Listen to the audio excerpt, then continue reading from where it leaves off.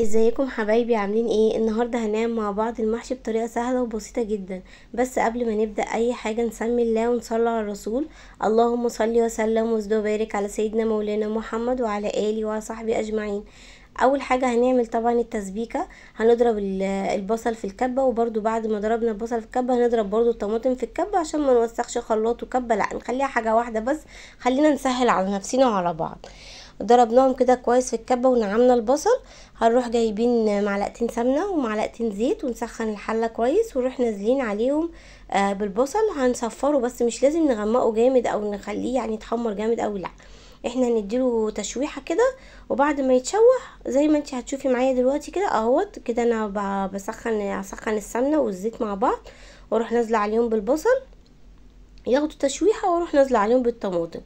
والبصل انا مش هضيفه كله، مش هشوحه كله، لا انا 3/4 وهسيب ربع كده. بحب احط جزء من البصل ني في المحشي على الخلطه، بيدي طعم جميل جدا. بس كده هروح واخده تصفير زي ما انت شايفه كده معايا، واروح نازلين عليه بالطماطم وهنسيبهم لغايه ما يتسبكوا. تقريبا كده المحشي خلص خلاص، ما التسبيكه خلصت، المحشي خلص. احنا بس ايه بنقعد نستصعب الموضوع، بس هو والله الموضوع سهل وكل حاجه سهله. بس اروح جايبين، انا هنا عامله مقدار كيلو رز، واروح نازله عليهم حطيت معلقتين زيت كبار عليهم. والتوابل بتاعتنا اللي هي التقليديه، انا ما بحبش احط اي توابل بقى جديده، ملح فلفل كمون كزبره وشويه نعناع. طبعا المقادير الملح والتوابل على قد مقادير الرز بتاعك، وهتدوقيه هتلاقيه مثلا ناقص توابل هتضيفي تاني. وهنا انا بقى ايه جايبه فلفلتين رومي ومقطعاهم صغير، ومعاهم شويه البصل اللي انا سبتهم كنت على جنب. دول بيدوا اضافه جميله جدا للمحشي، وتروحي مقلباهم كويس. وبحب احط التوابل على الرز، بتدي طعم احلى كتير، وتفضلي تقلبي فيهم كويس. بعد كده الخضره دي كانت في الفريزر. في الصيف انا بحب بكون انا من الشتاء مفرزه خضره عندي، عشان في الصيف الخضره بتبقى مش قد كده في السوق. فبروح عامله ايه، بروح مطلعاها من الفريزر، بس بتطلعيها على الرز على طول، ما بتركنيهاش لحظه واحده بره عشان ما تطراش معاكي. وتروحي نازله عليها بالطماطم بس، وتروحي مقلباها كويس جدا. تمام. بس كده.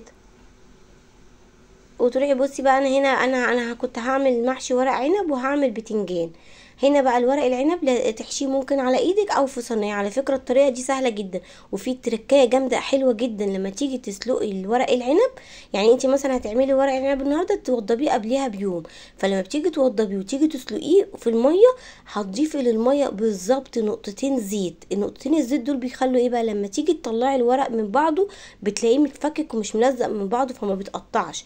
فبتروحي سلقاه قبلها بيوم، وتروحي راكنيه تسيبيه يتصفى، وتاني يوم بقى تروحي حاشيه. بيبقى جميل جدا زي انت شايفه معايا، لونه اخضر وجميل ما شاء الله.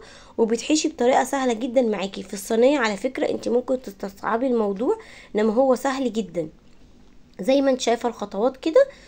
انا هنا بعملها معاكي بالراحه عشان تشوفيها بتتعمل ازاي. و... واهم حاجه تركايه الزيت في الميه، هتخلي الورق معاكي مش ملزق في بعضه، ولما تيجي تطلعيه من بعضه هتلاقيه بيطلع بسهوله ومش هيتقطع منك وهيبقى سهل جدا. يعني انا واحده من الناس كنت بستصعب موضوع الورق، حشو الورق العنب وكده، انما لا كده بالطريقه دي سهل جدا معايا. وهوريكي مره كمان برضو، هوريكي يتحشي ازاي على ايدك برضو في ايدك، واللي انت شايفاه اسهل لك اعمليه. زي ما انت شايفه كده معايا بتلمي الورق على بعض وبيطلع جميل وبيطلع مرصوص ومظبوط معاكي وكله بيبقى قد بعضه. وممكن لو طلع معاكي ورق كبير تقسميه نصين عادي جدا وبرده هيتحشي معاكي كده. بصي ما شاء الله اللهم بارك.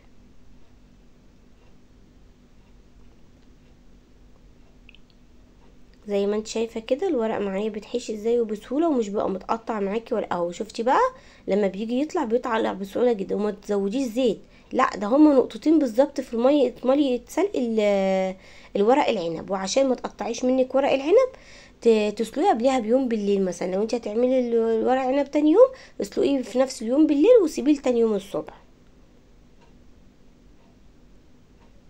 بس شفتي بقى كده بيبقى سهل معاكي ازاي؟ ما شاء الله اللهم بارك.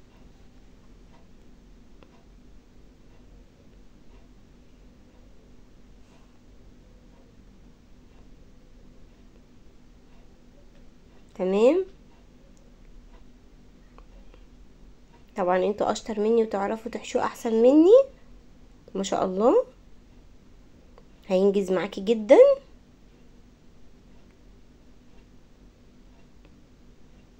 كده انا بحشيها كمان على ايديا عشان اللي برضو مستصعب اللي هو يتحشي في صينيه زي ما هو عايز. عندنا كذا اختيارات، تلميهم على بعض وتلفيهم وتحاولي تقفلي عليه بس شويه عشان ما يفكش منك.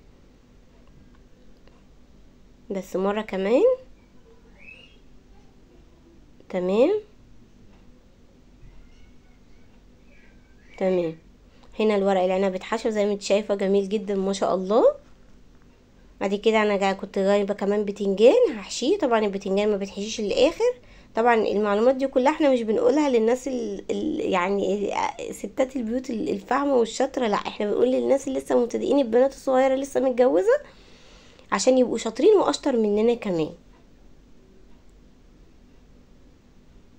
تمام اهو، تحشيه كده 3/4. والفلفل برضو ما تحاوليش تكتميه جامد، بس لغايه ما تخلصي بقى الكميه كلها.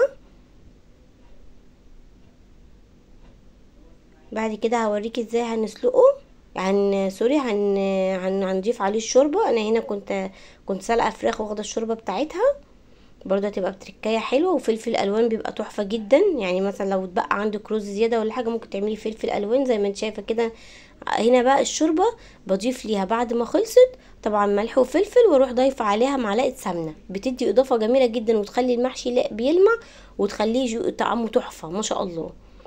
بس بتضيفي الشوربه وما تمليهاش للاخر، ولازم تهزي الحله كده عشان الشوربه تخش جوه، يعني ايه، تتغلغل جوه المحشي من تحت كمان، علشان يبقى المحشي كله شوربه. بس البتنجان ما بتزوديش الشوربه فيه قوي بزياده، علشان خاطر ايه، هو كده كده البتنجان والفلفل بينزلوا ميه. بس كده ما شاء الله اللهم بارك. المحشي يعتبر خلص عندنا خلاص، يا دوبك على التسويه، وبتسيبيهم يغلوا غلوة على نار عالية. بعد كده بتروحي ضايفه غطا حله اصغر من حله عشان تكبسيه، وتروحي مغطيه.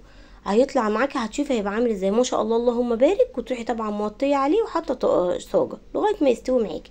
بصي الورق العنب ولا لازق في الحله والحاجه، والبتنجان كمان ما شاء الله اللهم بارك. والبتنجان والمحشي بيطلع بيلمع ليه عشان خاطر حطيت سمنه في الشوربه. بس كده يا حبايبي، وبكده اكلتنا خلصت النهارده. ولو وصلتي معايا لاخر الفيديو ما تنسيش اللايك ولا الشير، ولو اول مره تشوفوني في القناه فعلوا الجرس واشتركوا فيها عشان يوصلكوا كل جديد يا حبايب قلبي. وبألف هنا، ونشوف بعض ان شاء الله في اكله جديده.